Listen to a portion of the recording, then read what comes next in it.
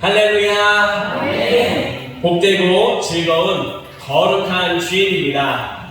지난 한 주간도 이스라엘이라 부르시며 우리를 향한 약속을 이루시는 신실하신 하나님과 동행하며 살다가 주님 은혜를 사모하며 다시 주님 성전에 나온 성도 여러분 한 분 한 분을 주님의 이름으로 사랑하고 환영하고 축복합니다.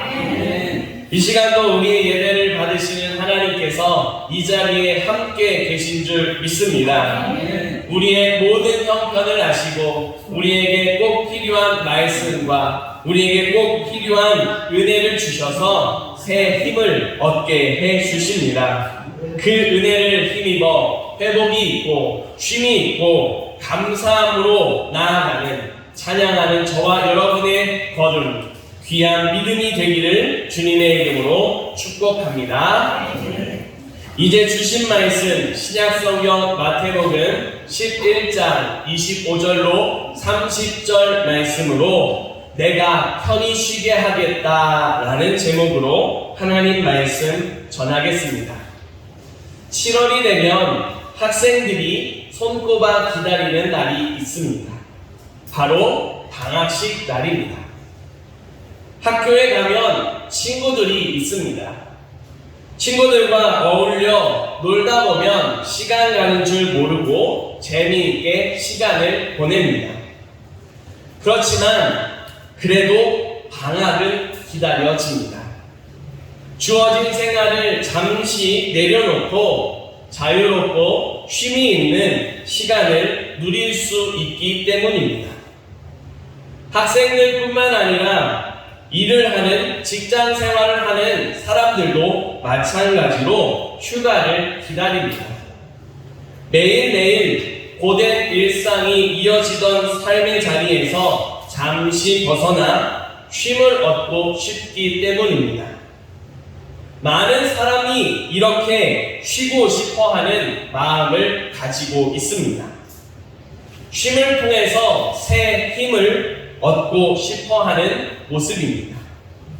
그래서인지 휴가를 또 다른 말로 부를 때에 재충전의 시간, 충전의 시간이라고 표현하기도 합니다. 어느 누구에게나 쉼은 필요합니다. 쉼을 통해서 새 힘을 얻고 회복이 되기 때문입니다. 함께 예배드리는 우리 역시 마찬가지로 쉼이 필요합니다. 특별히 하나님께서 주시는 쉼이 필요합니다. 이 예배의 시간 하나님께서 우리의 삶의 자리에 임재하셔서 새 힘을 주시고 우리를 회복시켜 주시는 그런 하나님의 쉼이 있기를 간절히 소망합니다. 그 은혜로 이 한 주간이 더욱 하나님의 뜻을 이루어가며 주님과 동행하는 귀하고 복된 한 주간이 될 수 있기를 간절히 소망합니다. 이런 믿음으로 주님 앞에 서는 우리를 향해 하나님께서 말씀을 주십니다. 이제 하나님께서 우리에게 주시는 말씀을 두 가지로 선포하고자 합니다. 주시는 말씀에서 새 힘을 얻고 회복의 길을 걸어가는 복된 삶이 되시기를 주님의 이름으로 축복합니다. 첫 번째로 하나님께서 우리에게 주시는 말씀입니다. 하나님께서 내가 편히 쉬게 하겠다 말씀하십니다. 아멘. 함께 한 목소리로 고백하겠습니다. 하나님께서 내가 편히 쉬게 하겠다 말씀하십니다. 아멘. 오늘 우리가 읽은 말씀은 예수님의 기도로 시작됩니다. 예수님께서는 아버지여 이것을 지혜롭고 쓸기 있는 자들에게는 숨기시고 어린아이들에게는 나타내심을 감사합니다 라고 기도합니다. 여기에서 예수님께서 말씀하고 있는 이것은 예수님이 그리스도라는 사실을 믿는 믿음입니다. 하나님께서 이 믿음을 예수님이 그리스도라고 하는 사실을 구약 성경을 통해서 말씀하셨습니다. 이 땅에 메시아를 그리스도를 보내주시겠노라 약속하셨습니다. 예수님께서는 하나님의 약속대로 이 땅에 오셨습니다. 구약의 말씀을 율법이라고 표현하기도 합니다. 율법 학자들은 이 율법을 잘 알고 있습니다. 하지만 말씀대로 오신 예수님을 믿지 않았습니다. 지혜롭고 슬기 있는 자들로 율법에 대해 통달했지만 자신들의 지혜로, 자신들의 슬기로 말씀을 받아들이려고 했기 때문입니다. 내가 원하는 그리스도, 내가 생각하는 그리스도를 앞장세우며 예수님이 말씀대로 오셨음에도 불구하고 믿지 않았습니다. 뿐만 아니라 이 율법학자들은 사람들을 가르치면서 자기들과 똑같은 믿음으로 나아가게 했습니다. 그런데 문제는 율법학자들이 사람들에게 가르쳐주는 율법이 수고와 어려운 짐이 되었다는 데 있습니다. 사람들은 율법을 대할 때마다 힘들고 어렵게 느껴졌습니다. 그러다 보니 두려움이 생겼습니다. 두려움이 생긴 이유는 하나님께서 율법을 지키지 못한 사람을 심판하신다는 생각 때문이었습니다. 이렇게 지치고 힘들어하고 두려워하고 있는 사람들을 하나님께서는 변함없이 사랑하셨습니다. 힘들고 지친 이 모든 사람들을 향하여 하나님께서는 이렇게 말씀하셨습니다. 28절입니다. 함께 한 목소리로 읽겠습니다. 수고하고 무거운 짐진 자들아 다 내게로 오라. 내가 너희를 쉬게 하리라. 아멘. 이 말씀을 공동 번역으로 보면 이렇게 되어 있습니다. 고생하며 무거운 짐을 지고 허덕이는 사람은 다 나에게로 오너라. 내가 편히 쉬게 하리라. 하나님께서는 말씀을 통해서 사랑하는 자녀들에게 말씀하셨습니다. 사랑하는 한 사람 한 사람 그 자녀들을 구원하기를 원하셨습니다. 율법은 하나님의 구원을 잘 가르쳐 줍니다. 또한 구원하시는 하나님이 사랑의 하나님이심을 또한 가르쳐 줍니다. 그렇기 때문에 율법을 통해서 사람들은 구원하시는 하나님을, 하나님의 사랑을 깨달아 알아야 했습니다. 하나님의 사랑을 아는 사람은 그 마음에 평안이 임하게 됩니다. 하나님이 주시는 은혜를 고백하게 됩니다. 어려운 중에서도 기뻐할 수 있고 감사할 수 있는 힘을 얻게 됩니다. 하지만 율법학자들은 이런 율법을 통해서 하나님이 본래 가르쳐 주신 그 모든 것들을 깨닫지 못하게 막아버렸습니다. 하나님의 사랑을 더 강조해야 하는데 하나님을 두려워하는 마음을 더 강조했습니다. 율법을 지키지 않으면 심판을 받는다. 이런 율법을 지키지 않으면 잘못된다. 라고 하는 식으로 하나님을 두려워하는 마음을 더 강조했습니다. 율법을 다 지킬 수 있는 사람은 아무도 없습니다. 그러니 사람마다 율법을 지키지 못하는 그 자신의 처지를 알기 때문에 심판에 대한 두려움이 커졌습니다. 하나님을 사랑하기는커녕 하나님을 두려워하며 무서워하며 지내는 모습이 되어버렸습니다. 이런 사람들을 향해 하나님은 하나님을 무서워하는 것이 아니라 하나님을 사랑하고 하나님의 은혜를 고백하기를 원하셨습니다. 그 사랑을 하나님은 모든 사람들을 향하여 베풀어 주셨습니다. 그 사랑을 위해 이 땅에 오신 분이 바로 예수 그리스도입니다. 예수님은 죄와 사망으로 두려운 가운데 사망의 권세 아래 두려워 떨고 있는, 고통하며 신음하고 있는 모든 사람들을 구원하셨습니다. 또한 그 은혜를, 그 사랑을 깨닫고 이후의 삶의 자리에서도 하나님이 주시는 평안을, 하나님이 주시는 위로와 새 힘을 고백하며 살아갈 수 있게 해주셨습니다. 이 모든 일을 하나님께서 친히 베풀어 주셨습니다. 이것을 두고 우리는 은혜라고 표현합니다. 하나님은 우리 모든 사람들에게 은혜를 주셨습니다. 그 은혜를 통해서 하나님이 우리를 초대하시고 하나님이 우리에게 주신 그 믿음 가운데로 나아갈 수 있게 해주셨습니다. 그 하나님의 사랑 안에서 하나님이 말씀하신 대로 편히 쉬게 해주시는 그 은혜를 고백하며 쉼을 누리는 모습이 되게 해주셨습니다.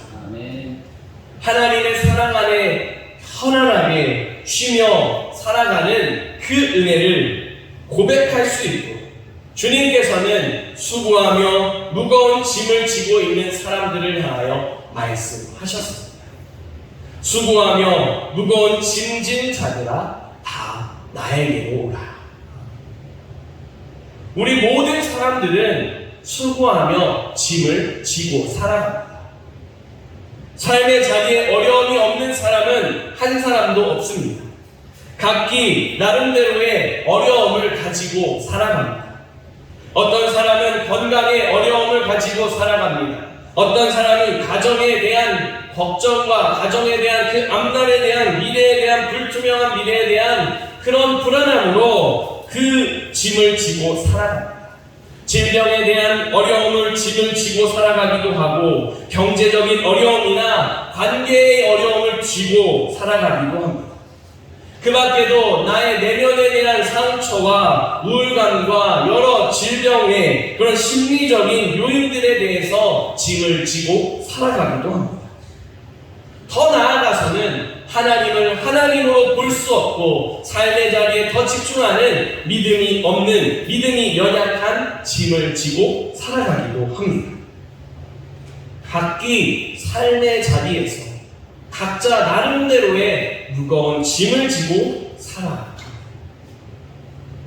그렇게 살아가는 우리가 만약에 짐을 바라보고 짐을 지면서 지쳐있는 자신을 바라본다면 더 한숨이 나오고 더 지쳐서 더 피곤해질 수밖에 없습니다. 그런 삶의 자리에서 위로가 되는 분을 바라볼 수 있어야 합니다.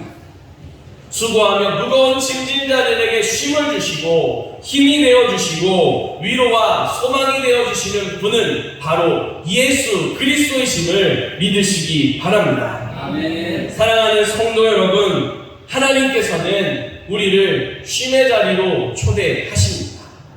무거운 짐을 지고 있는 것이 그것이 무엇이 되었든지 간에 그것을 들고 주님께로 나아오라 말씀하십니다. 주님께 나아가면 하나님이 우리에게 쉼을 주신다라고 약속해 주고 있습니다. 하나님이 주시는 쉼은 우리의 육신적인 변화를 하기에 앞서서 먼저 우리의 마음을 쉼의 자리로 나아가게 해주십니다. 때때로 저 사람은 정신이 정말 힘이 있다라고 말하는 경우들을 볼 수 있습니다. 그렇게 말하는 경우는 분명 몸이 지치고 힘들 법한데 정신력으로 버텨가는 모습을 보여주기 때문입니다. 아무리 우리 육신이 불편하고 힘들고 연약함 가운데 있을지라도 우리의 마음에 힘이 있다면 그 모든 것을 뛰어넘어 일어설 수 있는 용기가, 일어설 수 있는 소망이 보이게 됩니다. 하나님은 이런 믿음의 눈을, 이런 마음의 쉼을 우리에게 먼저 허락해 주십니다. 이 은혜를 주시기 위해서 우리 안에 있는 모든 죄와 우리에게 있는 모든 연약함을 주님께서 친히 십자가에서 담당해 주셨습니다. 예수 그리스도를 믿음으로 고백하는 저와 여러분, 우리 모두를 향해 하나님께서 우리 마음을 쉬게 하시고 우리의 영혼을 힘있게 하시고 나아가 우리의 삶의 자리에 있는 무거운 짐진 모든 상황들을 변화시키시며 하나님의 능력으로 하나님의 감사로 하나님의 찬양으로 이끌어 가심을 믿고 살아가는 모습이 될 수 있기를 바랍니다. 아멘. 그런 은혜를 사모하며 쉼을 누리며 그리스도 안에 쉼을 누리며 새 힘을 얻어 살아갈 수 있기를 주님의 이름으로 축복합니다. 아멘. 두 번째로 하나님께서 우리에게 주시는 말씀입니다. 예수님의 온유와 겸손을 배우라. 아멘. 다시 한번 우리가 한 목소리로 고백하겠습니다. 예수님의 온유와 겸손을 배우라. 아멘. 하나님께서는 지치고 힘든 사람들에게 쉼을 주십니다. 다만 그 쉼을 얻을 수 있는 자리는 예수님 앞으로 나아갔을 때입니다. 예수님과 함께 할 때 하나님이 주시는 쉼을 찾을 수 있습니다. 특별히 예수님께서 짊어지고 계신 그 멍에를 함께 지고 예수님께 배워야 쉼을 얻을 수 있습니다.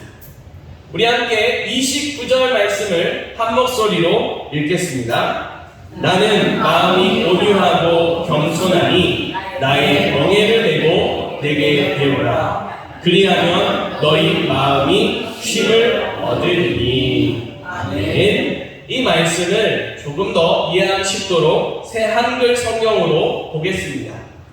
나의 멍에를 메고 나한테 배우세요. 나는 온유하고 마음이 낮으니까요.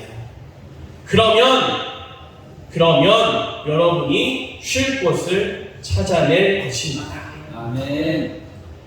예수님께서 말씀하십니다. 나의 멍에를 메고 나한테 배우세요. 그러면 쉴 곳을 찾게 될 겁니다. 라고 말씀합니다.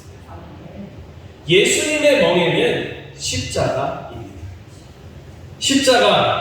십자가를 생각하면 더 수고하는 것처럼 보입니다. 또한 십자가 하면 더 무거운 짐으로 느껴집니다. 이런 의미로 다가오는 십자가를 예수님께서는 온전히 감당하셨습니다. 심지어 30절 말씀에서는 예수님께서 말씀합니다. 내 멍에는 쉽고 내 짐은 가볍다라고 말씀하시기까지 했습니다. 아멘. 분명 십자가는 수고하고 무거운 짐이 되어집니다. 그럼에도 예수님께서는 이 십자가를 쉽고 가볍다라고 말씀하시며 그것을 감당할 때, 그것을 함께 질 때에 하나님이 주시는 쉼이 있다라고 말씀합니다. 아멘. 이것을 통해 예수님께서는 예수님의 모습을 본받으라는 말씀을 우리에게 주고 있는 겁니다. 당시 사람들이 말하고 있는 율법은 앞서 말씀드린 대로 힘들게 하고 어렵게 하고 아프게 합니다. 그 모든 율법, 그때 당시에 가르쳐지는 율법에 대해서 멍에라고 표현하고 있습니다. 율법학자들이 가르쳐주는 멍에는 힘들고 어렵게 느껴집니다. 그것을 짊어지면 더 아프고 더 괴롭고 더 힘겨워집니다.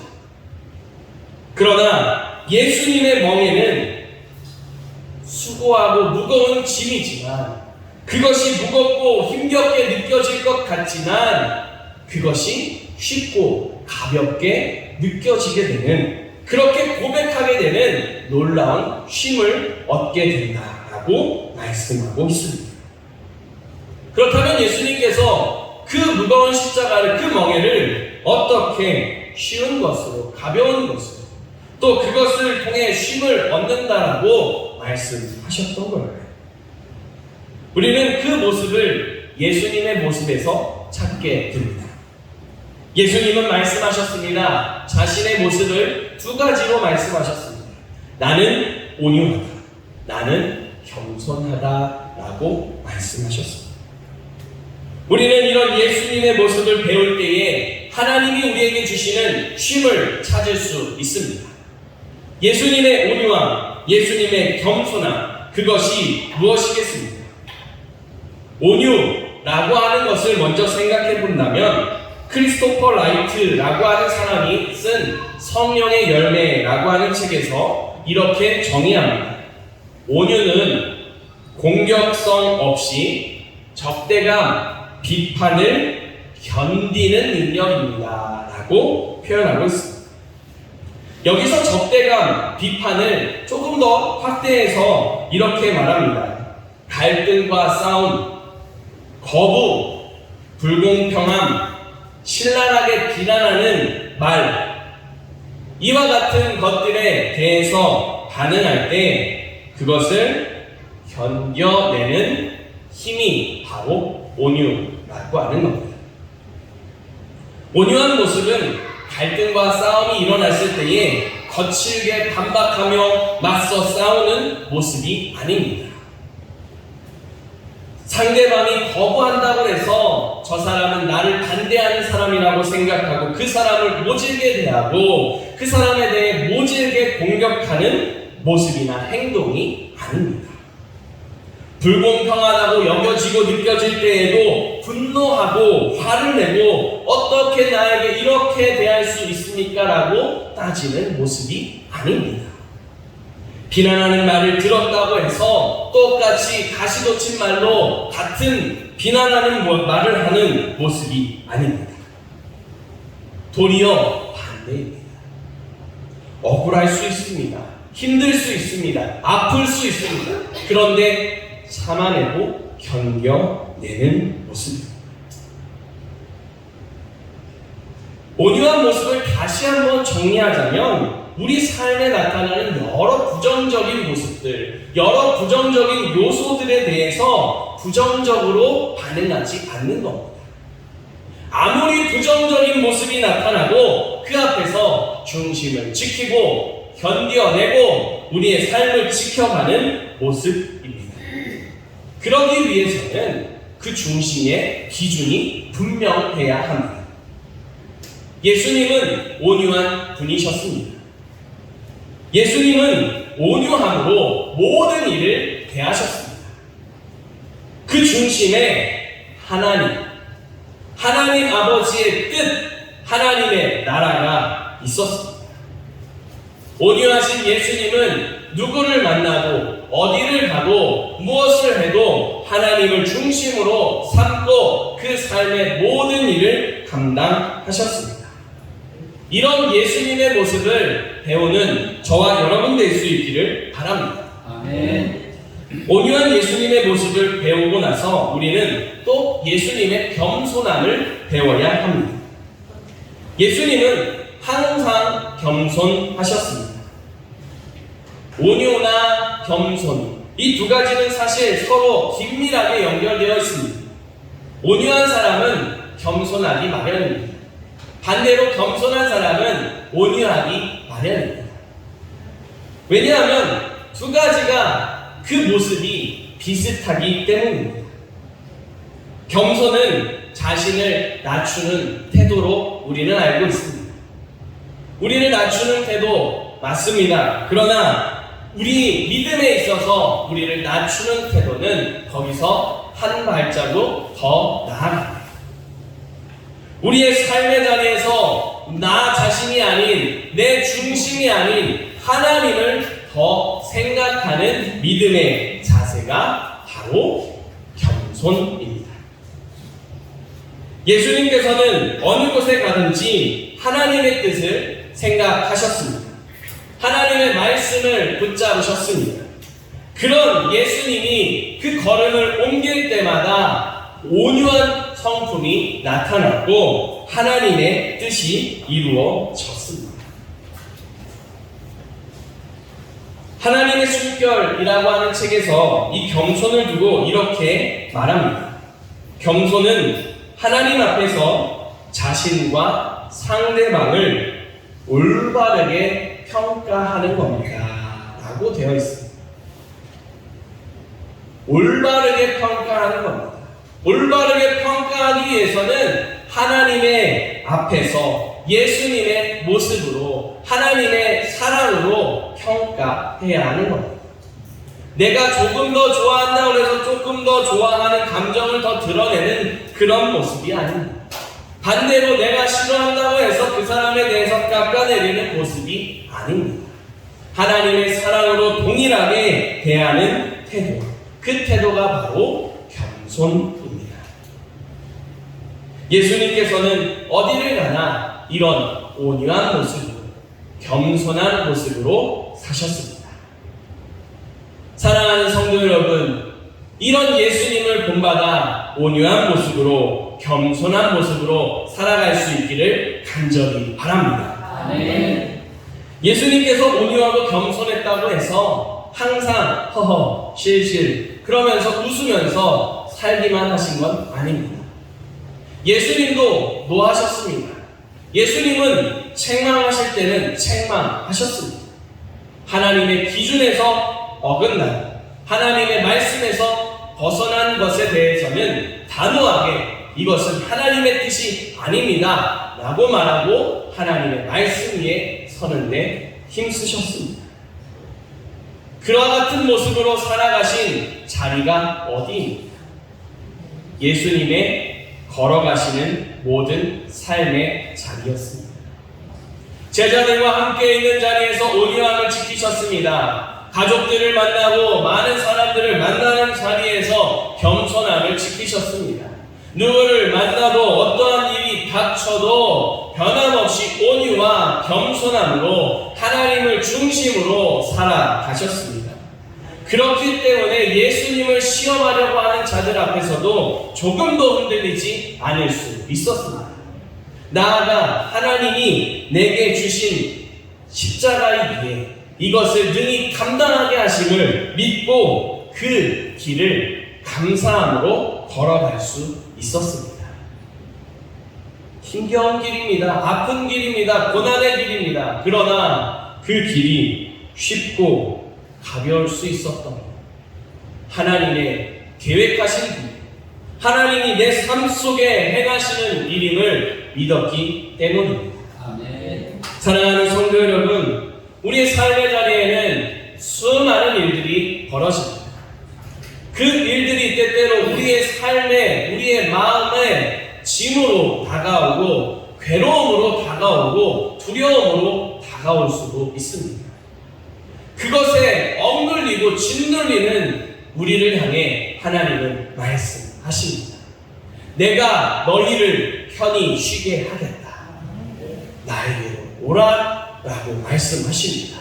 아멘. 우리를 부르시며 쉼을 허락하시는 주님께 더 가까이 나아가는 저와 여러분 될 수 있기를 바랍니다. 아멘. 우리의 삶에 우리를 두렵게 하고 어렵게 하고 힘겹게 하는 어떤 문제를 만나도 그것이 하나님께서 이끌어 가셔서 반드시 변화시키시고 반드시 회복시키심을 믿고 주님 앞에 나아가는 거룩한 믿음의 고백으로 찬양의 자리로 감사의 자리로 나아가는 여러분들의 걸음이 될 수 있기를 바랍니다. 아멘. 이 한 주간 하나님의 쉼과 하나님의 허락하시는 새 힘을 통하여 날마다 감사함의 자리를, 찬양함의 자리를 이루어가는 복된 삶이 되시길, 각 가정이 되시기를 주님의 이름으로 축복합니다. 기도드리겠습니다. 살아계신 하나님 감사합니다. 우리를 사랑하시고 변함없이 그 사랑의 자리로, 쉼의 자리로 초대하여 주시니 감사드립니다. 하나님, 우리 삶에 만나는 많은 어려움이 있습니다. 그러나 그 어려움을 바라보지 않게 하시고 하나님을 바라보며 주님께 더 가까이 나아가게 하여 주옵소서. 그런 우리가 예수님의 온유함, 예수님의 겸손함을 닮아 주님께서 우리에게 주시는 쉼을 고백하며 감사함으로 힘을 얻는 모두가 되게 하여 주시옵소서. 예수 그리스도의 이름으로 기도드립니다.